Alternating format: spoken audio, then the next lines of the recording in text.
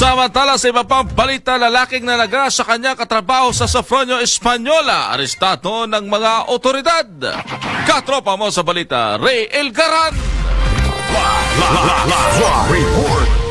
Arestado kamakailan ng mga otoridad ang isang lalaking nanaga sa kanyang katrabaho sa mismong Municipal Hall sa Sofronio Española, Palawan. Kinilala ang biktima na si alias Reyno, 51 anyos, habang kinilala ang suspek na si alias Ramel, 51 anyos, na pawang mga residente ng Barangay Pulot Sur at kapwa mga traffic enforcer, kung saan lumalabas sa investigasyon ng mga otoridad na bago tumungo ang suspek sa Municipal Hall para kunin ang kanyang sweldo ay napag-alamang may dala na itong itak hanggang sa nakita nito ang kanyang katrabaho na isang team leader ng traffic enforcer na di nagtagal ay nagkaroon ng mga ito ng pagtatalo na nauwi sa pananaga. Samantala, agad naman sinugod sa pagamutan ng biktima na nilapatan naman ng kaukulang medikasyon habang agad namang na-recover ka alias Ramil ang itak na ginamit ito sa pananaga at ito'y maharap sa kaukulang kaso na sa ngayon nasa pangangalaga na ng mga otoridad para sa tamang disposisyon.